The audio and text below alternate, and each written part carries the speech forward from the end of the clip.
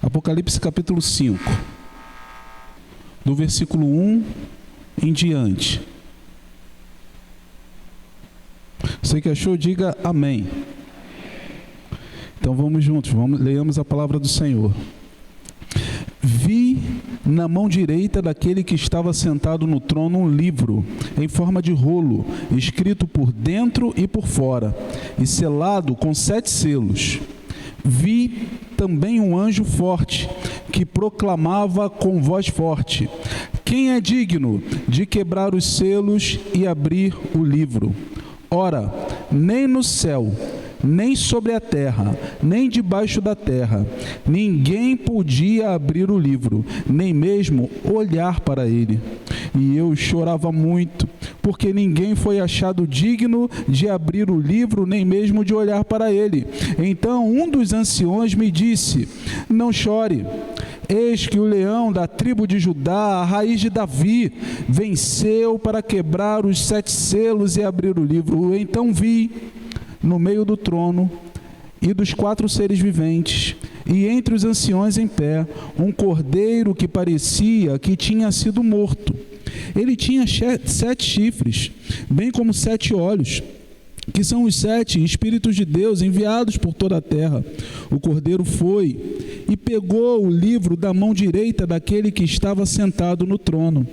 E quando ele pegou o livro, os 4 seres viventes e os 24 anciões se prostraram diante do cordeiro, tendo cada um deles uma harpa e taça de ouro cheias de incenso, que são as orações dos santos, e cantavam um cântico novo, dizendo: digno és de pegar o livro e de quebrar os selos, porque foste morto, e com o teu sangue compraste para Deus os que procedem de toda a tribo, língua, povo e nação, e para o nosso Deus os constituístes um reino e sacerdotes, e eles reinarão sobre a terra.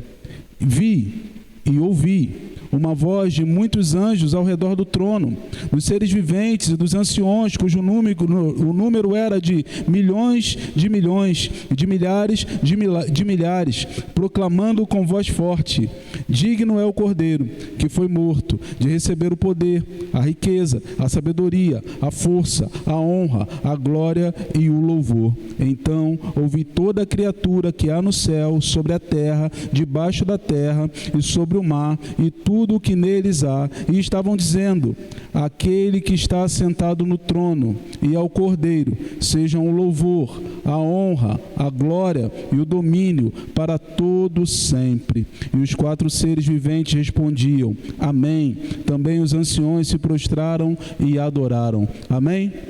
Vamos orar mais uma vez. Feche seus olhos, por favor. Abaixe sua cabeça.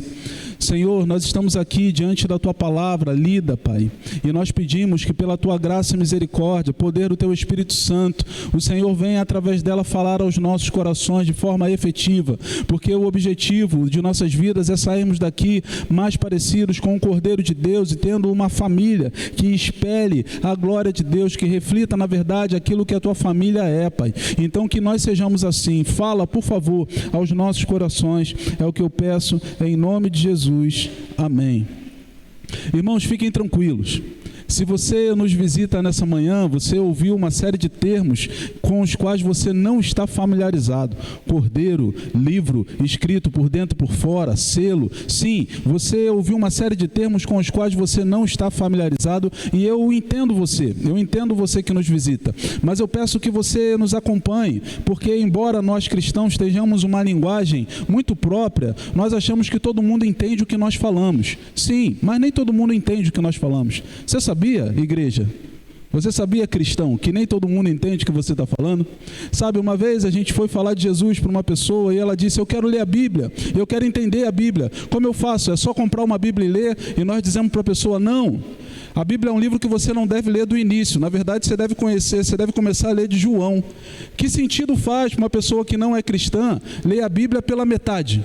comprar um livro e começar a lê-lo pela metade. E quando você diz assim, leia a partir de João, na Bíblia tem 4 Joões, tem o Evangelho de João, 1º, 2º e 3º João. O não crente deve pensar assim, esse tal de João deve ter brigado com outras pessoas, eles foram abrindo vários Joões diferentes, a gente não entende o que é isso. Então a nossa linguagem nem sempre é comum para aqueles que estão chegando na igreja, não é comum para nós, mas não para o outro. Cantávamos uma canção há um tempo atrás, deixa eu ver, ele está aqui, eu falei disso quando vim aqui pregar, primeira vez que vim aqui pregar, mas cantávamos uma canção há um tempo atrás que dizíamos assim, incendeia, Senhor, você cantou comigo, pode falar, incendeia, Senhor, a tua noiva, incendeia, Senhor, a tua igreja. O pessoal não crente devia pensar, esses crentes são terríveis, ele está com fogo na esposa. Isso é violência contra a mulher. Porque as nossas palavras, as nossas frases, muitas vezes elas estão embutidas, estão inseridas dentro de um contexto específico. Mas a gente fala tanto sobre isso, a gente conversa tanto sobre isso, que a gente acha que todo mundo entende aquilo que nós estamos falando, e isso nem sempre é verdade. Esse texto que nós lemos é um texto maravilhoso, é um texto fantástico, mas ele foi escrito dentro de um contexto extremamente especial. Existia um evangelista, um homem que seguia Jesus, o tal do João. Ele escrevia, ele seguia Jesus. Ele era um garotinho, era um jovem, quando ele começava, e já trabalhava numa cooperativa de pescaria. Ele, seu irmão, também trabalhavam com Pedro e seu irmão, e eles pescavam, e era daquela forma que eles tiravam a sua sobrevivência. Pescavam em coletividade, porque dificilmente dá para carregar uma rede, daquela de arrastar sozinho. Então eles tinham colegas, tinham amigos, trabalhavam numa espécie de cooperativa daquela época. Mas esse João, um dia, ele ouviu a voz de Jesus. O mestre Jesus o chamou e disse, olha, vem e me segue, e eu farei com que você seja pescador de homens. A palavra ali no grego tem a ver com pescador de seres vivos, porque quando o peixe era pescado, ele saía da água vivo. Mas pouco tempo depois ele morria, porque ele não tinha como respirar aqui fora. Mas Jesus estava propondo a João que aqueles os quais ele pescaria, ele e os outros discípulos pescariam, não morreriam, mas permaneceriam vivos, e a vida que eles teriam seria a vida verdadeira. Então esse João, quando ele ouve o convite de Jesus, ele imediatamente começa a segui-lo. João, pelo que os teólogos, os estudiosos dizem, era o mais novinho dos discípulos. Então as pessoas dizem que ele tinha entre 13, 14, 15 anos no máximo. Era um adolescente. Irmãos, o Senhor tem um chamado, tem missão, tem trabalho para as crianças e para os adolescentes também. Você acredita nisso? Seu filho, sua filha, seu neto, sua neta, eles não são a geração do amanhã, eles são a geração do hoje, do agora, do presente, e é por isso que nós precisamos investir espiritualmente nessas pessoas. Não abramos mão desse compromisso, devemos investir, porque o Senhor tem trabalho para os jovens e para os adolescentes. Esse João, ele cresceu seguindo Jesus, ele viveu os 3 anos de ministério com Jesus. Ele viu milagre, ele viu Jesus andando por sobre as águas, ele viu multiplicação de pães, peixes, ele viu ressurreições acontecendo. Sabe, esse menino era cheio do poder do Espírito Santo. Nem sempre ele usava esse poder da forma como deveria usar. Certa vez, Jesus e os discípulos passando por uma aldeia dos samaritanos, os samaritanos não quiseram receber Jesus. Então João e seu irmão disseram assim a Jesus, mestre, o Senhor quer que eu mande descer fogo do céu e consuma todas essas pessoas? Ele não estava brincando. Ele tinha fé suficiente para dizer, vai cair fogo do céu e vai consumir todos aqueles que rejeitaram Jesus. Mas Jesus, o Deus amoroso, o Pai bondoso, Príncipe da paz, disse assim, ô João, vocês não sabem de que espírito vocês são. Não é assim, eu não vim trazer fogo, eu vim trazer a salvação para a vida. O propósito de Jesus naquele momento era salvar as pessoas da humanidade. Então Jesus repreendeu João naquela hora. João tinha um apelido dado por Jesus. Quantos de nós já tivemos apelidos na nossa infância? Quantos de nós temos apelidos até hoje, né? O pessoal da igreja tem uns apelidos às vezes esquisitos, uns apelidos politicamente incorretos, A gente tem que dar uma melhorada nesse negócio aí. Mas o João tinha um apelido, porque Jesus colocava apelido. Só que os apelidos de Jesus jogavam a gente para cima. Simão, Pedro. Você vai ser a pedra, você vai ser brita, mas essa junção de pedras é sobre a afirmação que essa junção de pedras proferiu: eu edificarei a minha igreja. Pedro, você é importante. Jesus chamava o João e o irmão dele de Boanerges, os irmãos filhos do trovão, porque eles eram esquentadinhos, eles eram nervosinhos. Tem até um grupo musical antigo que se chamavam os Boanerges, não sei se os irmãos lembram, eu lembro desse grupo. É um grupo chamado Boanerges, porque João era esquentadinho, mas esse João, que tinha um temperamento pesado, que não levava desaforo para casa, que queria mandar fogo do céu cair em cima da cabeça dos outros, esse João era alguém que aprendeu com Jesus a amar. Tanto aprendeu que ele se tornou, o novo apelido que ele recebeu foi o discípulo amado, ou discípulo do amor, e ninguém escreve de amor como João, tanto nas suas 3 cartas, lá no finalzinho da Bíblia, quanto no seu evangelho. Aliás, foi a ele que Deus deu o privilégio de escrever o versículo 16 do capítulo 3. Vamos juntos recitar? Porque Deus amou o mundo de tal maneira que deu seu Filho unigênito, para que todo aquele que nele crê não pereça, mas tenha a vida eterna. Irmãos, esse João, por causa da pregação do evangelho, foi preso e exilado numa ilha chamada Patmos. E ali, no meio daquela dor e no meio daquele sofrimento, porque é uma prisão, é uma dificuldade viver numa prisão, ainda que num isolamento, ainda que talvez não sofrendo punições físicas, mas a punição que sofria é estar isolado dos seus amados, seus irmãos, com uma alimentação desregrada, com situações ou condições insalubres de viver. João não deixou de buscar a presença do Senhor, pelo contrário, ele buscou a Deus, ele buscou ao Senhor, e a Bíblia diz que no dia do Senhor, quando a Bíblia faz essa menção, ela está dizendo do dia que o Senhor ressuscitou. Hoje, um domingo, no dia do Senhor, num dia como hoje, num dia de domingo, João se apresentou diante da presença do Senhor em oração. E João ouviu a voz de Deus, ele recebeu a revelação do Apocalipse. Ele recebeu o livro do Apocalipse em suas mãos.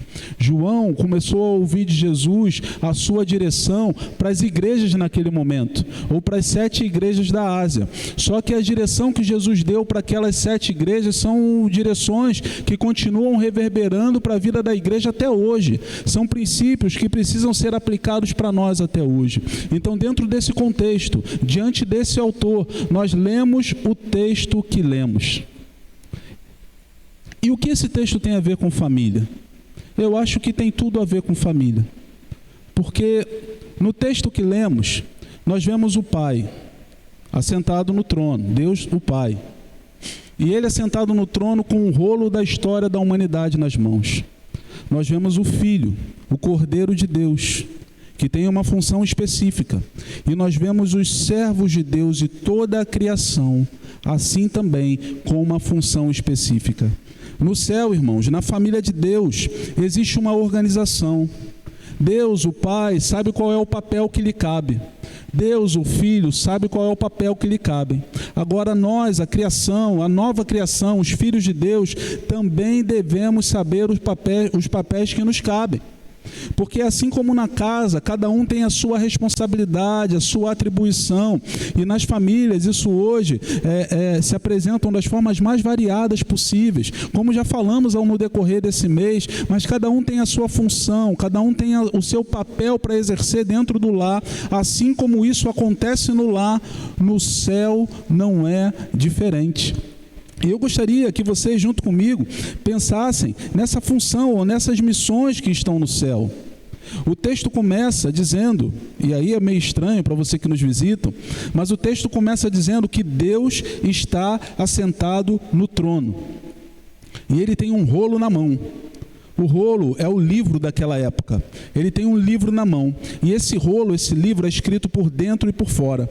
Então, o que o texto sagrado, o que João está tentando nos dizer aqui, ou na verdade está nos dizendo, é que Deus que está sentado no trono continua sendo Senhor da história. O nosso Deus reina. A missão do nosso Deus é reinar sobre todas as coisas. E o nosso Deus reina sobre toda a história. Ele é soberano. Ele se mantém como o dominador máximo de todas as coisas. Nada saiu do controle da mão do nosso Deus. Nada saiu. O rolo, o livro, eles simbolizam a história da humanidade. E ele está escrito por dentro e por fora. Sinaliza para qualquer judeu que é a história na sua completude. Tanto no macro como no micro, ela está nas mãos de Deus. Ou seja, esse Deus que está sentado no trono, que tem o controle da história, que tem a história nas suas mãos, ele domina essa história tanto no macro, tudo o que acontece ao nosso redor, nada disso foge do controle de Deus, quer seja com ações nacionais ou com ações internacionais, quanto no micro. Quanto nas nossas decisões mais básicas no dia a dia, quanto nos nossos passos básicos no dia a dia. E isso, irmãos, eu não sei quanto a você, mas isso faz o meu coração exultar e explodir de alegria. Sabe por quê? Porque quando nós olhamos hoje para o nosso mundo, nós olhamos para a Ucrânia, nós olhamos para o Oriente Médio, nós olhamos para diversos lugares no planeta, e nós vemos guerra, rumores de guerra, nós vemos injustiça, e parece que o mundo está largado, parece que o mundo está ao léu, parece que a humanidade caminha para a sua destruição, como se essa destruição fosse autônoma em si mesmo, ela pudesse gerir as suas próprias ações. O caos não tem controle, ou não é controlado por ninguém. Porém, irmãos, a Bíblia Sagrada afirma que nosso Deus está sentado sobre o globo da terra. O nosso Deus reina sobre todas as coisas, e nada do que acontece sem que ele veja antes. Nenhuma injustiça, nenhuma maldade, nenhuma roubalheira, nada do que acontece sem que antes ele veja. Mas o nosso Deus, aquele que se assenta no trono da terra, ele criou um dia para julgar todas as pessoas, tanto vivos quanto mortos.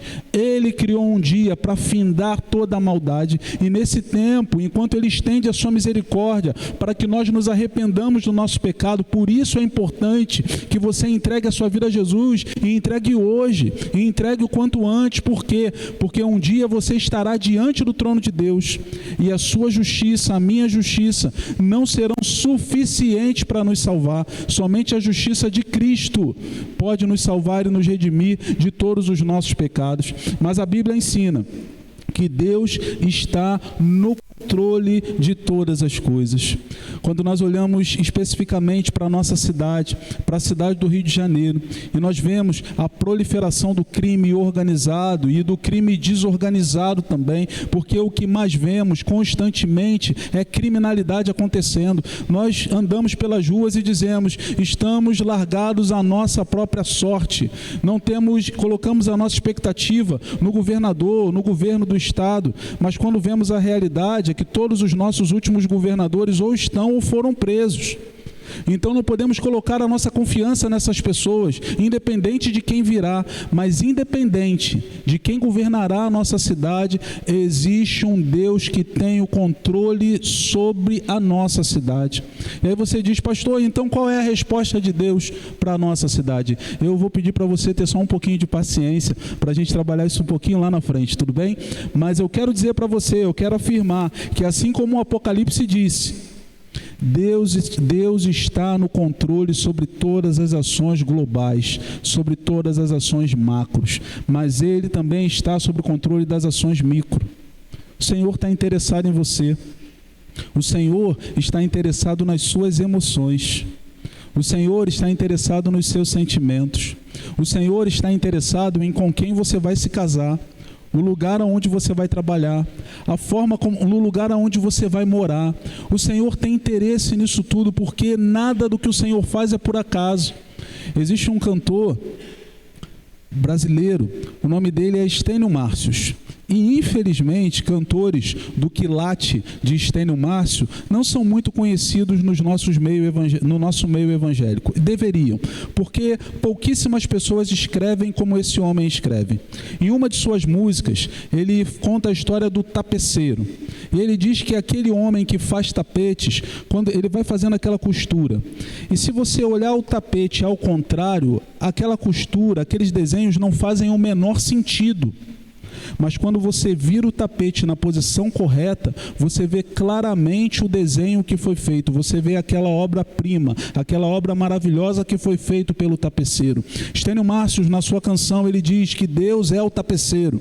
Deus é aquele que costura as nossas vidas, que tece, que faz as nossas vidas. Mas quando nós olhamos do lado contrário, nós muitas vezes não vemos e entendemos o sentido daquilo. Mas quando a obra estiver acabada, quando a obra estiver virada do lado certo, a gente vai falar assim: ah, era isso, que lindo. Irmãos, o Senhor não perdeu o controle da sua vida nem no macro e nem no micro. Mas para isso, ou por isso, é necessário que coloquemos as nossas vidas diante do Senhor. Pastor, tem que orar por tudo? Sim, uma vez um teólogo disse assim: tudo aquilo que eu não preciso de Deus, ele disse, tudo que eu preciso de Deus, eu oro, mas aquilo que eu não preciso de Deus, eu não oro. Aí a pergunta que foi feita a ele foi: e no que você não precisa de Deus? Ele falou assim: eu preciso de Deus em tudo, logo eu devo orar por tudo. A minha vida deve ser colocada constantemente diante do altar do Senhor em oração. Quantas vezes, irmãos, nós perguntamos a opinião de todo mundo, perguntamos a opinião do melhor amigo, perguntamos a opinião do vizinho, perguntamos a opinião do chefe do trabalho, perguntamos a opinião do pastor, do líder de célula, a gente pergunta a opinião de todo mundo, mas a gente esquece daquilo que é mais básico. Existe um Deus, um Pai amoroso que te ama e que cuida de você e que gostaria muito de ouvir de você as suas petições, os seus anseios. Então levemos os nossos anseios, as nossas dúvidas, as nossas questões diante do altar do Senhor, porque Ele tem resposta para o mundo inteiro, Ele tem resposta para a cidade do Rio de Janeiro, Ele tem resposta para a minha vida e para a sua vida no íntimo e no particular. Amém? Amém? Isso. Vocês estão aí? Estão aí? O pessoal veio ontem, a gente teve uma festa espiritual maravilhosa aqui na igreja, né? Então foi aniversário do Coro Harpa, o templo aqui estava cheio. Talvez estivesse até mais cheio do que está agora, não sei por conta da posição que as pessoas sentavam. E depois uma festa maravilhosa. Eu saí daqui, já era quase 10 horas da noite, mas tinham muitos irmãos animados aqui, empolgados. Eu acredito que alguns nem vieram, outros saíram mais tarde que eu, imagino que tenham saído. Mas o Senhor recarrega as nossas baterias, amém? E a gente está aqui junto, glória a Deus por isso. Missão do Pai, a função, o Pai tem uma missão, Ele reina. Agora, o Filho também tem uma missão.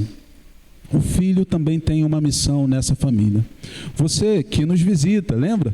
Você viu aqui ou leu uma imagem estranha, um cordeiro que foi chamado de leão, da tribo de Judá, mas ele aparece como um cordeiro de pé, só que ele está morto, ou como quem foi morto diante do trono. Coisa difícil de entender, sim, de fato é, mas esse texto está fazendo um apontamento profético para a ação de Jesus. Na verdade, um apontamento que constatou a ação de Jesus. Disse: olha, ele foi o leão da tribo de Judá profetizado lá atrás. Ele recebeu a autoridade de Deus em suas mãos. Agora ele foi morto na cruz do Calvário, assim como a Bíblia disse que ele seria em Isaías, ou no livro de Isaías. Ele foi morto na cruz do Calvário para pagar o preço dos nossos pecados. Mas a Bíblia diz que esse cordeiro que foi morto, ele podia estar como que de pé diante do trono, porque ele ressuscitou ao terceiro dia. A morte não pôde deter Jesus, ele ressuscitou. E agora aquele livro que estava nas mãos do Pai, que João disse que não podia ser aberto, que as pessoas disseram que não poderiam ser abertos, agora poderia ser aberto, porque o Cordeiro pagou o preço, o Jesus pagou o preço para abrir o livro da história da humanidade. A nossa história está nas mãos de Deus, mas Jesus pagou o preço para que ela pudesse ser de novo aberta, ou para que ela pudesse ser aberta. E isso foi muito bem explicado através da letra da segunda canção que cantamos nessa manhã. Quando cantamos aquilo que o apóstolo Paulo escreve aos Colossenses, dizendo que Ele é a imagem do Deus invisível, Ele é o esplendor da glória do Pai e que nele foram criadas todas as coisas, isso faz um apontamento para Gênesis, para dizer que em Cristo foram criadas todas as coisas. Quando Deus disse, façamos o homem à nossa imagem e semelhança, Ele faz toda a humanidade, Ele faz todo o planeta, tudo o que cria, Ele cria em Cristo. E Cristo é aquele que sustenta todas as coisas. Deus entrega o reino, a administração da terra ao homem, a Adão, a Eva, mas eles, Adão e Eva, entregam a administração da terra ao pecado. Eles abrem a brecha. Só que Cristo, o Cordeiro, pelo qual foram criadas todas as coisas, é aquele que vem ao mundo, morre na cruz, ressuscita ao terceiro dia. Então nele são criadas, ou ele toma o domínio de tudo em suas mãos. O Senhor é aquele que domina sobre todas as coisas. Ele criou. O homem entregou ao pecado e, como consequência, a ação do diabo. Mas Cristo, que é o dono legítimo de toda a criação, na verdade, o pastor Jonas Madureira diz que Cristo reivindica para si cada pedaço da criação, inclusive a minha e a sua vida. Ele vem e retoma isso porque Ele tem autoridade sobre todas as coisas. Cristo morreu na cruz do Calvário para ter o domínio da minha e da sua história, para ter o controle da minha e da sua história. As nossas histórias estão na mão do Senhor. A nossa vida está na mão do Senhor, o nosso mundo está na mão do Senhor. A obra de Cristo é preciosa, mas na cruz do Calvário ela tem o seu ponto alto. Porque a encarnação é muito importante. Sim, o Natal é muito importante. O momento em que Cristo vem ao mundo como um bebê, coisa maravilhosa, e nós celebramos o Natal. A ressurreição é muito importante, porque não era justo que a morte retivesse o nosso Senhor, porque a morte é o salário, é o pagamento do pecado. O salário do pecado é a morte, mas Cristo jamais cometeu pecado, então não era justo que a morte retivesse o corpo do nosso Senhor, retivesse o nosso Senhor morto. Mas a obra mais importante, o cume, o ponto, o ápice da obra de Cristo foi dada na cruz do Calvário, quando Cristo disse, está consumado. Está terminado. A palavra ali é tetelestai, é um termo jurídico. É um termo jurídico utilizado na época. Jesus está dizendo assim, olha, está pago juridicamente falando. A palavra de acusação que era contra eles, a cédula de acusação foi cravada na cruz do Calvário. Já não há condenação para aqueles que estão em Cristo Jesus. Jesus usa um termo jurídico, a Bíblia usa um termo jurídico para falar sobre isso, para dizer para nós que a nossa salvação não é brincadeira. A nossa salvação não tem a ver com se eu me sinto salvo ou se eu não me sinto salvo. A minha salvação, na verdade, tem a ver com entregar a minha vida a Jesus como o único e suficiente Salvador, passar a ser a habitação do Espírito Santo de Deus, porque isso é comprovado através das minhas ações e das minhas palavras, e ela está garantida na vitória ou naquilo que Jesus Cristo fez na cruz, não nas minhas obras. Eu não faço obras para ser salvo, irmão. Eu faço obras de adoração a Deus porque sou salvo. Eu não tento alcançar algo de Deus porque o sacrifício de Cristo na cruz do Calvário foi perfeito, foi real. É suficiente para me dar a salvação e vida eterna, para nos dar a salvação e vida eterna. Em Cristo a gente pode confiar. Lembra da música do Rebanhão? Nele a gente pode confiar. A gente pode e deve confiar. Vocês não lembram? É antiga, Manuba. Essa é antiga. Tudo bem. Nas pessoas de hoje em dia, a gente não pode confiar tanto assim. Você não pode confiar na mensagem que você recebe do WhatsApp. Clique no link. Você não pode clicar. Clique no link desse e-mail. Receita Federal. Está na época do imposto de renda. Tinha que ter feito até sexta-feira passada, hein? E não foi, fala com o irmão Dauri para ver como é que resolve isso agora. Mas a gente recebe links errados, pessoas tentando usar os nossos dados, tentando extrair dinheiro de nós. Irmãos, pessoas que estão procurando emprego, preenchem uma ficha cadastral falando que querem um emprego, pessoas roubam aqueles dados e mandam uma mensagem dizendo assim, olha, para que você consiga esse emprego, você vai ter que pagar um curso. É golpe. Não faz isso. Se você é mais velho, se você é mais novo, não importa a sua idade, porque gente cai no golpe, não é por causa da alta idade não, porque tem garoto jovem caindo no golpe também. Você, antes de clicar em alguma coisa, conversa com alguém, tenta entrar no site oficial, vai no lugar adequado, porque o nosso mundo é um mundo falso, é um mundo em que as pessoas vão trazendo falsidades para nós, sim, tentam enganar. Uma vez o diácono da minha antiga igreja falou comigo assim: recebi uma ligação de madrugada. Eu falei: foi? Foi. Disseram que estavam com meu filho sequestrado. Aí a voz do garoto gritava no fundo, falava: pai, me ajuda, pai, me ajuda, pai. E eu falei assim: William, era o nome do filho. Falou: William, é você? É isso, pai, sou eu, William. O diácono morava embaixo da casa do William. O William morava na casa de cima, o filho. Aí ele virou o telefone assim pro lado, falou: esposa. Aí a esposa chegou, falou: o William chegou? Ela falou: o William está lá em cima, passou aqui agora, está lá em cima. Aí ele: tá bom. Pegou o telefone e falou: ô William, é você, William? Continuou falando com o golpista. O golpista: sim, sou eu, pai, me dá um dinheiro, preciso de uma oferta não, do resgate. Preciso do resgate para sair dessa situação e tal. Aí ele falou assim: deixa eu falar com o sequestrador, William. Aí: tá bom, pai. Pegou o sequestrador: olha, se o senhor não der o dinheiro, eu vou matar ele. Aí o pai falou assim: olha, deixa eu te falar uma coisa, seu sequestrador. Esse William foi um péssimo filho a vida toda. Ele foi terrível. Por favor, quebra o meu galho. Dá um jeito nesse rapaz. O sequestrador ficou com raiva, xingou ele, bateu o telefone. Irmão, mas ele sabia que o William estava lá em cima. Às vezes a gente não sabe. Então, a gente precisa tomar cuidado com o nosso mundo, porque o nosso mundo engana. Às vezes, irmãos, por conta desse ambiente de engano que a gente vive no nosso mundo, a gente mesmo começa a enganar. Sabia? A gente mesmo começa a dissimular. O Pedro, lá em Gálatas, o Paulo, lá em Gálatas, ele escrevendo aos Gálatas, ele fala que o Pedro, o discipulão, Pedrão, discipulão, estava lá na mesa, e enquanto os gentios não chegavam, enquanto os judeus não chegavam, ele comia com os estrangeiros, tranquilo, livre. Os judeus não faziam isso com tranquilidade. Pedro estava lá tranquilo. Quando chegaram os judeus de viagem, ele começou a deixar os estrangeiros para lá.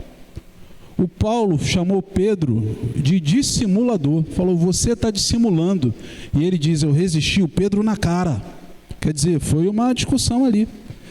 Paulo faz uma acusação severa a Pedro, porque diz que Pedro, através daquela ação, estava distorcendo a pregação do Evangelho. Porque Cristo morreu tanto por gentios como por judeus, para criar um povo para si. Paulo vai lá e chama a atenção de Pedro. Isso mostra para nós que é possível, mesmo a gente aqui, dentro desse ambiente cristão, vivendo, lidando com a Bíblia, lidando com os irmãos, a gente também pode dissimular.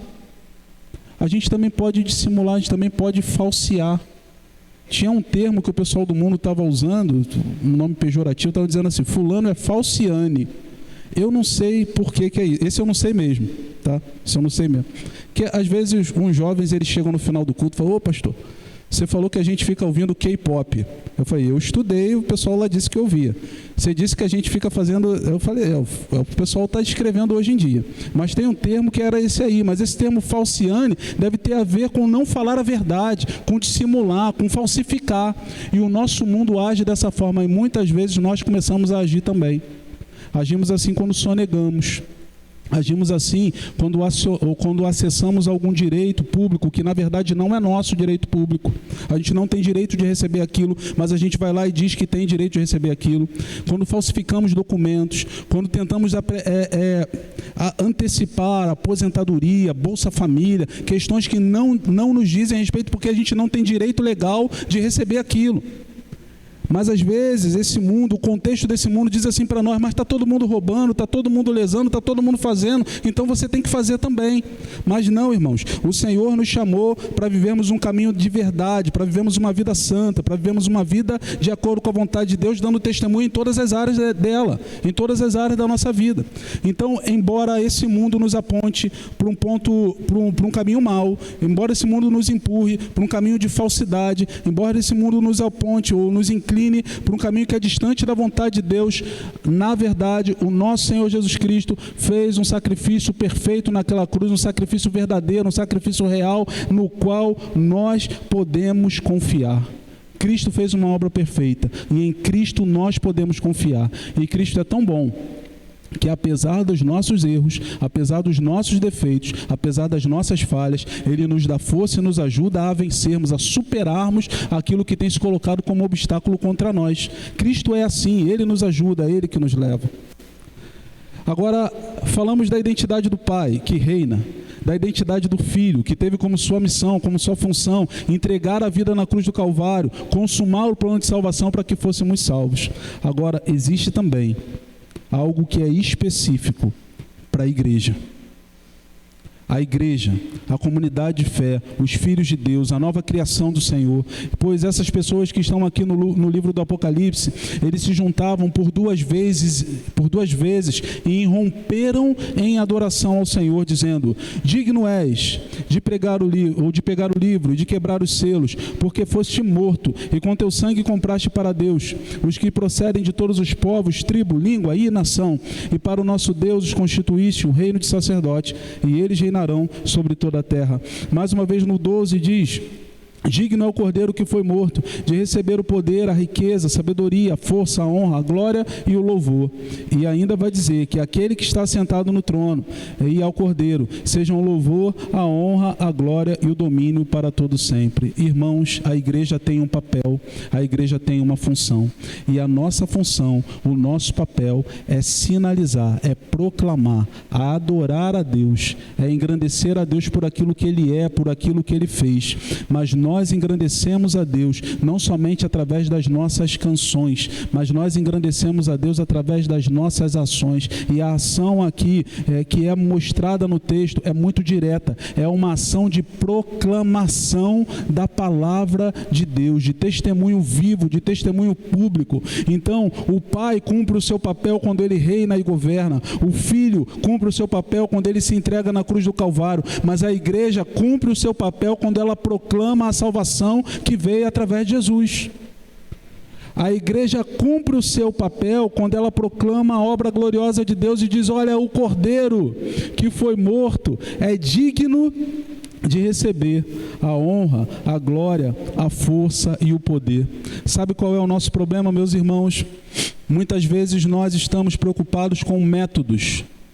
A igreja dos nossos dias, e não é a igreja de Marechal, mas muitos de nós nos preocupamos com qual método vai fazer com que a igreja dê certo, qual o planejamento, qual é a visão. A visão é a visão de programas, a visão é a visão de células, de grupos pequenos, a visão é discipulado individual, a visão é evangelismo de impacto. Qual é a visão para que a minha igreja dê certo, para que ela alcance?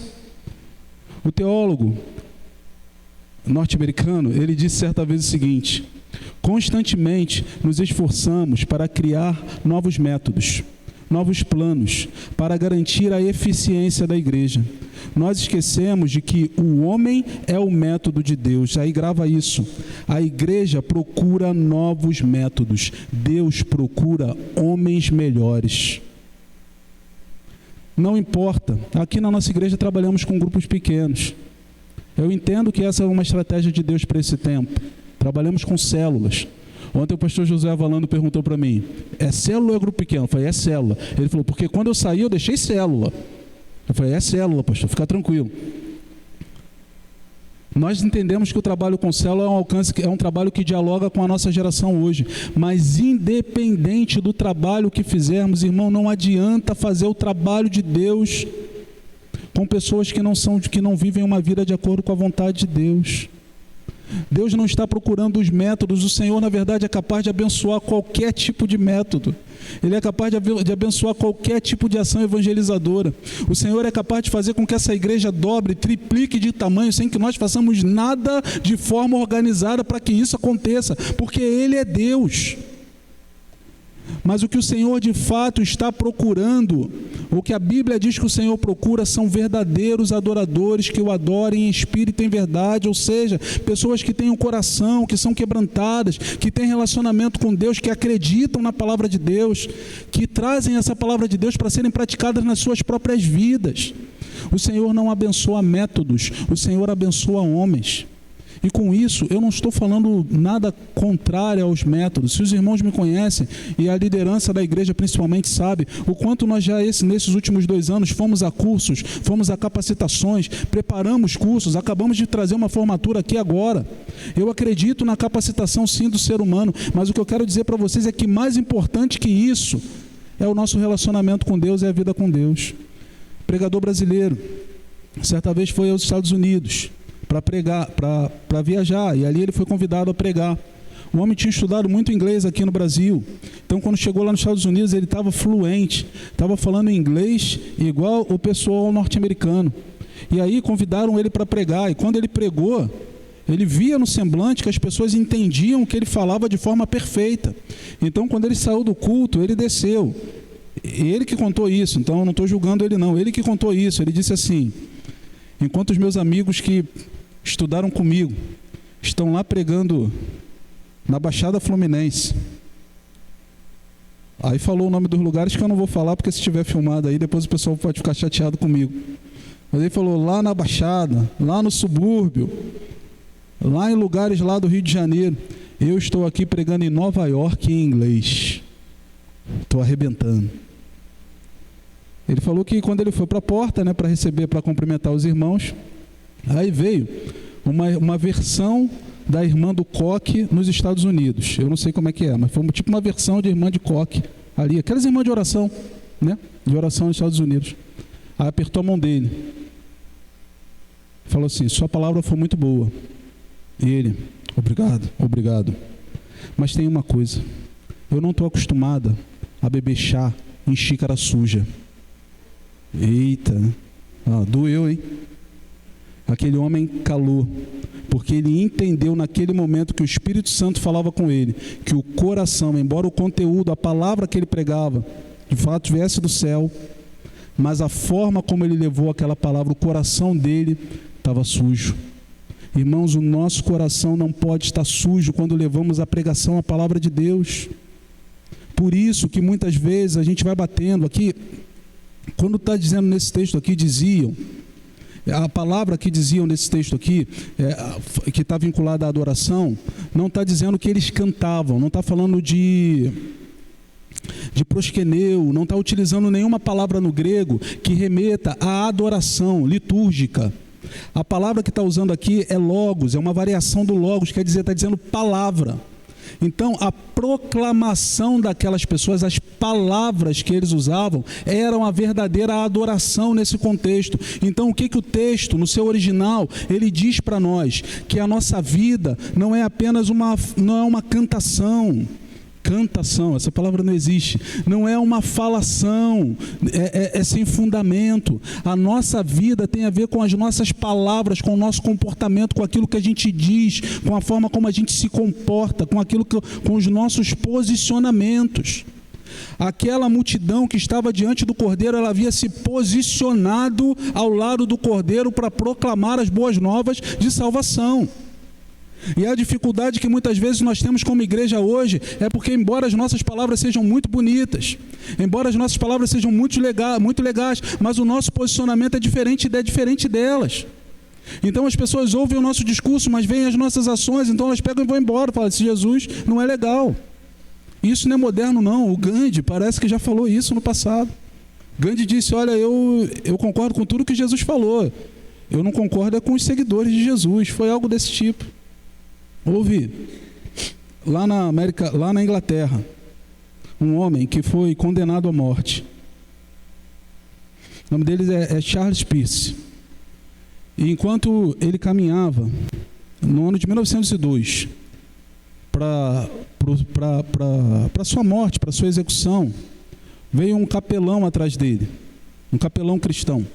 E esse capelão proclamava a palavra de salvação para ele. Falava do arrependimento de pecados e pregava para ele, pregava para todo mundo que estava ali vendo aquele momento em que antecedia a morte de Charles Peirce.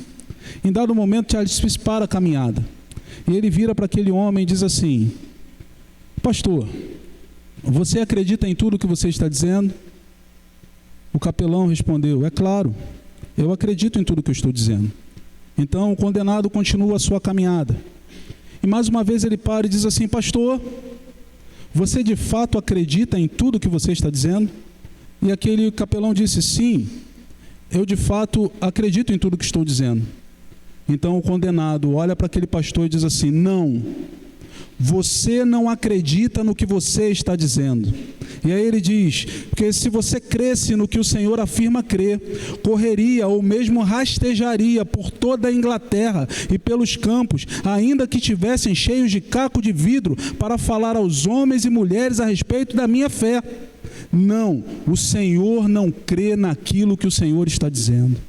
Irmãos, muitas vezes nós dizemos que cremos numa coisa, mas se essa mensagem do Evangelho é tão positiva, é tão maravilhosa, é tão profunda, por que não pregamos? Por que não colocamos isso numa área prioritária nas nossas vidas? Mas parece que é mais prioridade para nós passarmos no Enem, passarmos no concurso, pagarmos as nossas contas, trocarmos o carro, comprarmos uma nova casa, do que pregar o Evangelho para aqueles que estão morrendo ao nosso redor. Parece que quando fazemos contas e planejamentos para o ano que vira, nós não dizemos assim: esse ano eu quero ganhar uma pessoa para Jesus, ou esse ano eu levarei uma pessoa para o batismo. Eu vou acompanhar uma pessoa até o batismo. Não, parece que dentro do nosso planejamento macro, essa conta que nós dizemos que é tão importante para nós, ela passa de uma forma tão desapercebida.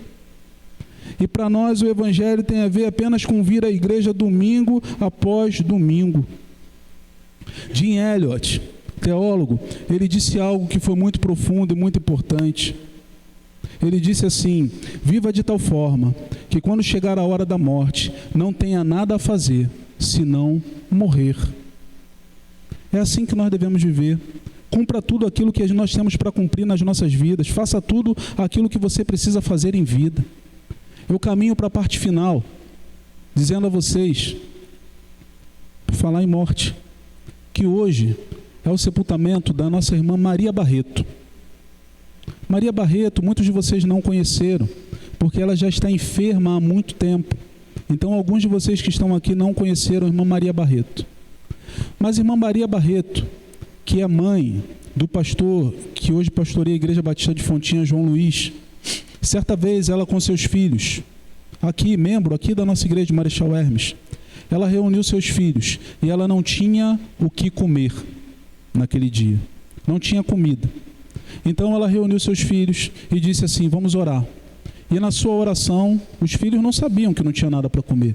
Mas na sua oração ela disse: Senhor, o Senhor sabe, o Senhor viu a minha despensa, viu a minha cozinha. O Senhor sabe que eu não tenho nada para dar de comer aos meus filhos. Pastor João, quando conta essa história, ele diz que abriu os olhos, olhou para os seus irmãos e disse assim: ué, não vai ter comida? Ela disse: mas eu creio que o Senhor é aquele que pode prover. Eu creio que o Senhor é aquele que tem o controle de todas as coisas. Ela sabia que o Senhor estava sentado no trono e que o Senhor reina, que o papel do Senhor é reinar e que o Senhor faz muito bem o seu papel. Ela fez essa oração. Quando ela termina a oração, na hora do almoço, outra Maria, uma Maria Rosa, ela vai lá, toca, vizinha, toca, bate no portão e diz assim: Maria, eu ia receber uma visita aqui em casa hoje. Preparei um almoço para eles. Preparamos um almoço de visita, sabe? É diferente, né? Almoço de visita. E eles não vieram. Então, você não gostaria de receber o almoço que eu daria para as minhas visitas? Irmã Maria Rosa também foi membro da nossa igreja. Foi lá e entregou um almoço de visita. E aqueles meninos, eles dizem: nós comemos muito bem naquele dia. Olha, tinha tempo. Ou ele diz: eu não sei se a gente já tinha comido daquela forma naquele dia. Sabe por quê, irmãos? Porque o Senhor, Ele ouve a oração do crente. Porque o Senhor tem o controle da vida do crente. O papel do crente é confiar em Deus, dedicando a sua vida a Ele. E o papel do outro crente é ser usado como instrumento nas mãos de Deus para abençoar a vida do mundo, do perdido, do irmão. Só que quantas vezes nós nos isentamos do nosso papel? Irmão, as duas Marias que lhes falei nessa manhã, hoje elas descansam e estão com o Senhor. Sim, os olhos delas estão abertos diante do autor da vida. elas não têm dores, já não há mais sofrimento, elas estão diante do Senhor. Mas assim como numa corrida de revezamento, elas pegaram o bastão que estava nas mãos delas e entregaram, sabe para quem? Para mim, para você. O bastão está na nossa mão. É o nosso tempo, é o nosso momento de entendermos de que porque Deus está no controle da história, de porque Cristo fez a obra perfeita da salvação na cruz do Calvário, agora nós devemos levar com responsabilidade a pregação do Evangelho e alcançar aqueles que se perdem, abençoando os salvos, salvando os perdidos, para que a obra de Deus seja completa e que para que naquele dia, no dia de Cristo Jesus, todos nós possamos estar juntos com as irmãs Maria, louvando e engrandecendo o nome do autor da vida, entendendo que cumprimos a nossa missão, que cumprimos o nosso papel. O missionário Ronaldo Lidório, ele tem uma frase, com essa frase eu gostaria de encerrar esse sermão. Ele diz assim: que Deus nos ajude a conciliar o que cremos com a nossa vida diária. Que Deus nos ajude, irmãos, a conciliarmos tudo aquilo que foi depositado em nós, tudo aquilo que o Senhor ministrou aos nossos corações, com a nossa prática do dia a dia. Por favor, feche seus olhos, abaixe sua cabeça. Eu gostaria que você pudesse refletir nessa hora.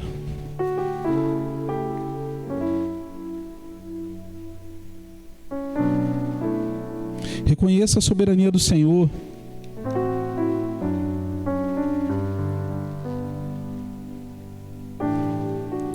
Pastor, Ele é soberano, mas o mundo é mau, sim. O pecado entrou no mundo, mas o Senhor criou um dia. Ele marcou um dia, onde toda a maldade se findará.